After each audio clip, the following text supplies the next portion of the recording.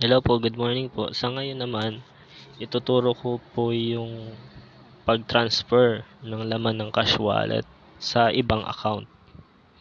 I-open lang po natin yung Google Chrome. Ito po yung Google Chrome. Yan.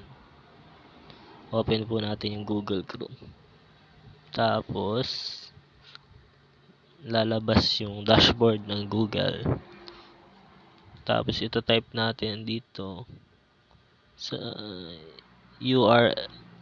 pwede ditong i-type dito o kaya dito yung MGI login. Type po natin yung MGI login dito sa taas. MGI login.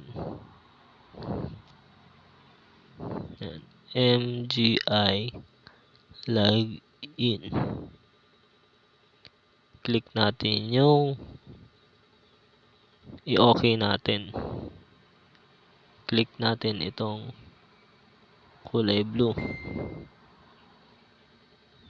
Yan, click natin yan. Yan, lalabas yung MGI member area. Click natin yan, MGI member area.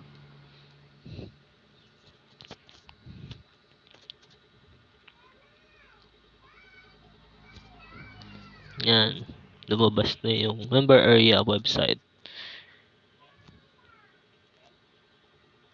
Click natin dito, ilalagay natin yung username, yung password, at yung ito naman code, i-retype natin dito sa box.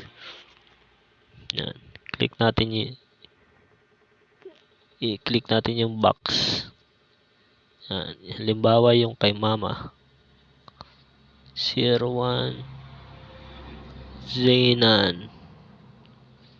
Tapos sa pangalawang box, yung password niya, nakasave na.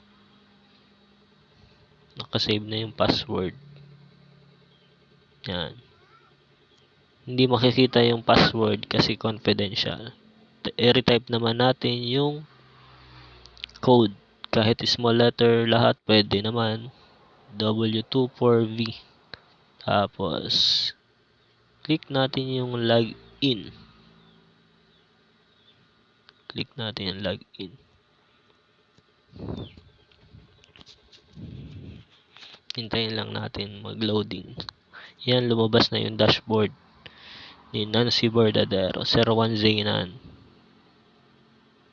Ayan, pupunta tayo sa baba. Makikita natin yung laman ng e-wallet. Pero bago yan, i-check muna natin yung box. Kasi lumabas yung code of ethics. Yung box. Ito yung box. Check lang natin yan. Tapos accept.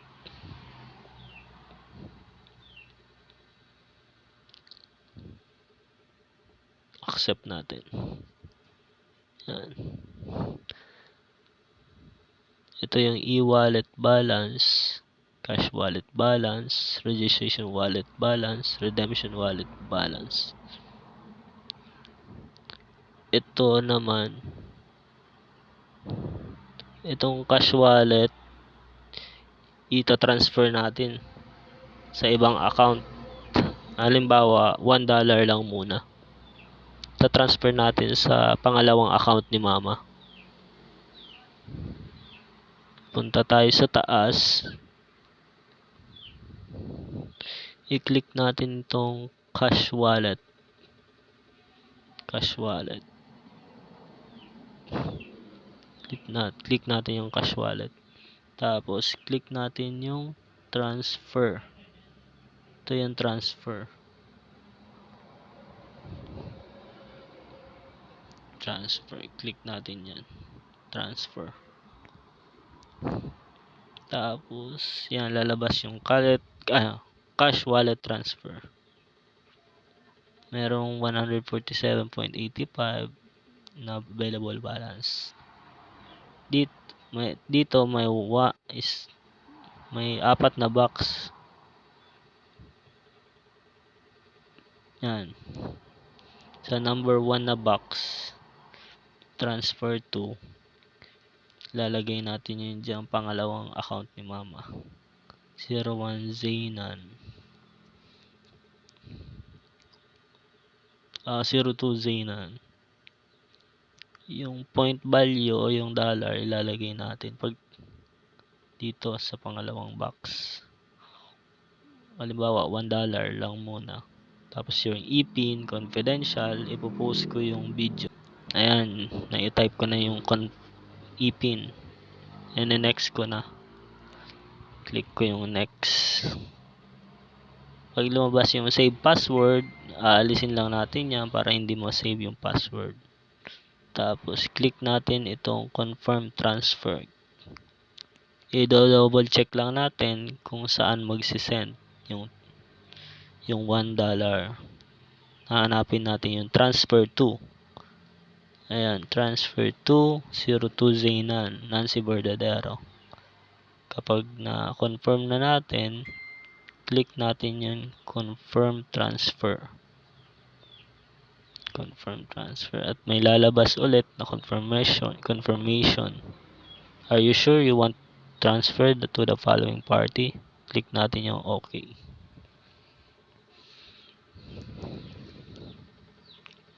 Ayan.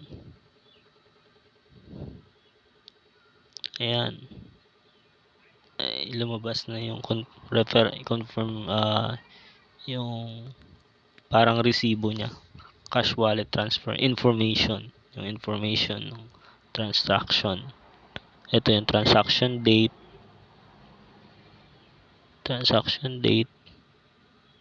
Yung reference number. Ito yung amount.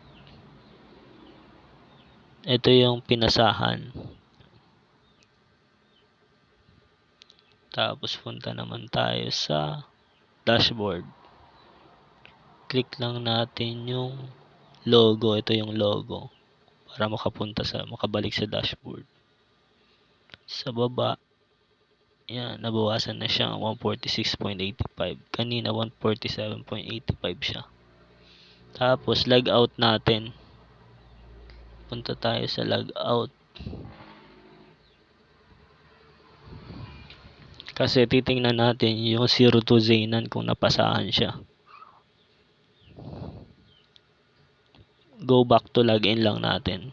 Sa kulay pula lang tayo pipindot. Tapos username, type natin yung 02 Zainan. 02 Zainan. Ayan. Tapos retype natin yung code I060. Click natin yung pula. Ayan. 02 Zainan. Dito natin makikita kung anong account. Ito yung 02 Zainan. Nancy Bordadero 02 Zainan. Lalabas ulit yung code of ethics. Click natin yung box at i-accept natin. Tapos sa baba, ayan na yung cash wallet balance ni mama. Ito yung cash wallet balance. Nakatanggap na siya ng $1. Ayan, yun lang po. Ituturo naman natin sa next video kung paano o yung iba pang process ng transaction. Yung pag-redeem ng salamin.